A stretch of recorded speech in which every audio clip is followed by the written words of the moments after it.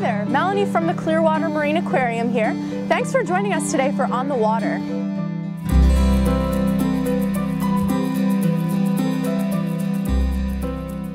Here at CMA, we believe in preserving our marine life and environment through leadership in research, education, rescue, rehabilitation, and release.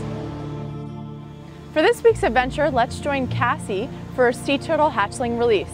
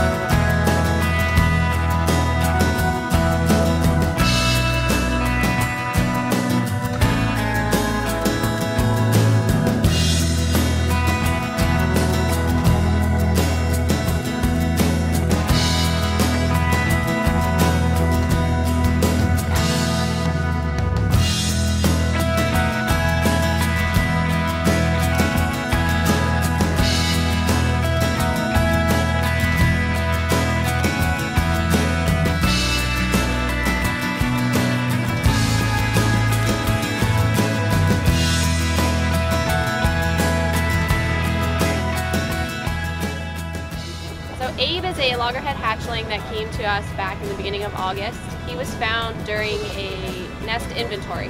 So after a nest hatches 72 hours, we then inventory the nest to determine exactly how many eggs had hatched and how many were unhatched.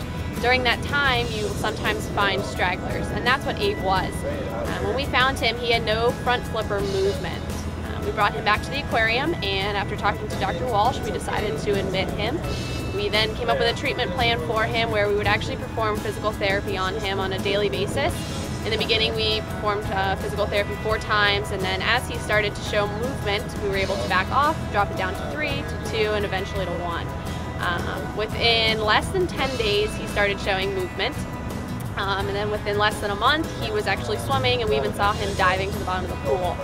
We started him in the beginning in very small pools, little Rubbermaid containers, gradually got bigger and bigger, and we eventually were able to put him into a small touch tank where he was able to even swim against some currents.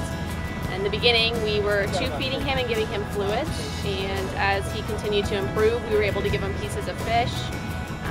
And by the end, he wanted to eat almost whole fish on his own. He'd swim or walk over to his tank, and you would just see his mouth constantly opening, ready to eat, ready to go.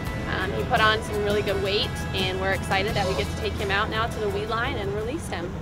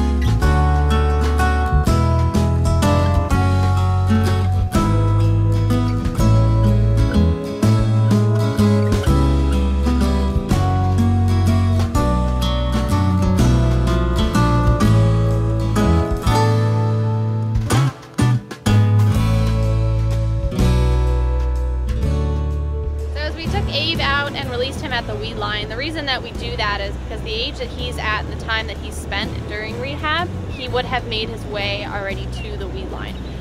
So if we brought him to the beach and were to release him from the beach, he wouldn't necessarily have the energy to make it all the way out. Sometimes the weed line can be anywhere from 6 to 10 miles, 12 miles, 20 miles even offshore. We took him out there, that way he is in the area where he would be at his age. He can float in the grasses. At their age too, they don't necessarily dive for their food. They're going to hide and camouflage himself in the weed line and eat whatever is available to them. Microscopic organisms and even some tiny fish and shrimp that are hanging out there. Once the hatchlings are in the weed line, they then spend a few years floating in the stream until they're large enough to venture off on their own. And when they become adults, then we get to see them come back to the beaches and lay their eggs.